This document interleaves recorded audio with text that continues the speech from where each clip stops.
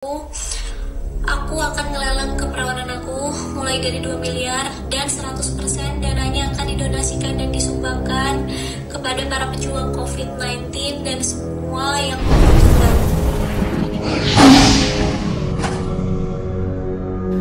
Assalamualaikum warahmatullahi wabarakatuh. Teman-teman semua, balik lagi bersama gue Vasco Rusemi di Macan Idealis. Hari ini gue mendengarkan suatu berita lagi yang sangat menyedihkan. Entah apa kejadian ini di negara kita ini. Ada seorang wanita cantik yang di video itu beliau menyebutkan bahwa dia rela membuat sebuah lelang untuk keperawanan dirinya demi membantu para pejuang-pejuang COVID dan orang-orang lain yang membutuhkan. Gue melihat di situ ada hal yang sangat menggugah hati gue. Mungkin kalian akan menghujat wanita itu, tapi gue mau mencoba memandangnya dari sudut pandang yang lain. Nanti gue akan putarkan sekilas cuplikan dari video itu, tapi gue sedikit mau memberikan gambaran kepada kalian semua bahwa nggak selalu niat baik itu bisa dilakukan dengan segala cara. Apalagi yang caranya agak kurang pantas. Gua rasa kita sama-sama coba dengarkan videonya, pernyataan dari wanita cantik ini yang mencoba melelang sebuah keperawanannya demi untuk membantu sesama. Ya, kita nggak bisa menyimpulkan apa niat orang ini. Gue mau mencoba untuk berpositif thinking, semoga dia berniat baik, atau hanya sekedar ingin mencari sensasi. Ya Allahu alam, cuma dia dan Allah yang tahu. Coba teman-teman setelah menyimak cuplikan video ini, kalian tuliskan komentar kalian di bawah, fenomena apa yang terjadi saat ini di Indonesia. Apakah betul COVID-19 membuat kita, rakyat Indonesia, menjadi sangat stres dan sangat tidak bisa berpikir apa-apa lagi? Kita putar videonya ya. Udah 2 bulan self quarantine, kita semua udah bener-bener ngerasain dampak dari pandemi ini. Aku sendiri sebagai pengusaha ngerasain banget kalau misalnya ekonomi lagi drop, apalagi para pelaku bisnis UMKM di mana mereka harus bertahan hidup dari cash flow bulan ke bulan. Di sini kita tahu kalau margin ekonomi global tuh bener-bener menurun banget, dan pemerintah Indonesia udah berusaha semaksimal mungkin, para tim ekonomi semuanya mereka udah berusaha ngambil keputusan-keputusan besar dan juga ngambil planning-planning terbaik yang mereka ambil. Kita tahu juga di sini dampak yang terkena COVID-19 ini udah bener-bener banyak banget, mulai dari tenaga medis ataupun masyarakat menengah ke bawah juga. Dan di sini aku Sarah, aku akan ngambil keputusan terbesar dalam hidup aku. Aku akan ngelelang keperawanan aku mulai dari 2 miliar dan 100% dananya akan didonasikan dan disumbangkan kepada para pejuang COVID-19 dan semua yang Di video ini dia menyebutkan bahwa pemerintah sudah berusaha semaksimal mungkin demi mengatasi COVID-19. Dan dia juga menyebutkan ingin melelang keperawanannya start dari awal 2 miliar. Wow, angka yang cukup besar. Tapi tidak cukup besar untuk sebuah keperawanan, untuk sebuah harga diri yang kalau lelang. Sontak setelah mendengar video ini dan gue menyimak dengan seksama, gue mau mencoba menggali siapa sih seorang wanita cantik ini. Gue coba menggalinya, coba gue browsing-browsing tentang dia. Di Instagram dia pun gue lihat. Terlihat sebenarnya wanita ini adalah wanita yang berpendidikan. Wanita yang kehidupannya pun tidak sulit, nggak susah. Bahkan cenderung punya kehidupan yang mewah.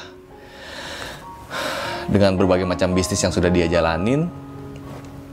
Entah apa yang membuat dia menjadi seperti ini. Coba kalian tuliskan dalam kolom komentar, kenapa kejadian ini bisa terjadi? Apa motif dia? Gue coba mencari tahu tentang dia. Jadi dia punya berbagai macam bisnis. Bisnisnya pun sangat banyak lah, ada beberapa bisnis yang menurut gue cukup luar biasa. Dengan wanita yang seumur ini, dia bisa membeli berbagai macam perlengkapan dan staffnya dia, barang-barang mewah yang nggak semua orang bisa seperti itu di negeri ini. Tapi fenomena ini yang gue tangkap adalah buat seseorang yang notabene ekonominya pun mampu, sampai sudah tidak bisa berpikir dengan akal sehat di negeri ini. Yang cukup membuat gue terharu adalah gue jadi berpikir, apa kabar teman-teman kita, saudara-saudara kita lain? Apa kabar keluarga kita yang lain? Yang memang notabene ekonominya pun agak kurang. Dan di Indonesia masih banyak banget orang-orang miskin. Masih sangat banyak sekali orang-orang miskin. Apa yang dirasakan mereka pada saat keadaan seperti ini? Walaupun sebenarnya karakter seperti wanita tadi masih banyak kok cara-cara yang bisa dilakukan. Apalagi wanita itu juga bukan orang yang bodoh kelihatannya. Kelihatannya dia pun orang yang sangat berkecukupan. Dia bisa menggalang dana dengan cara yang lain kalau memang ingin berniat untuk mencarikan solusi bagi negara ini. Dia bisa menggalang dana dengan apapun itu. Apalagi dia juga termasuk wanita yang punya follower yang cukup banyak. Yang gue tahu, setelah gue cari tahu itu, dia juga punya akun YouTube dan cukup digemari gitu loh. Jadi apa ini guys? Apa ini? Apakah pemimpin negara kita paham dengan kondisi negara kita saat ini? Apakah pemimpin negara kita paham dengan kondisi rakyat kita seperti ini?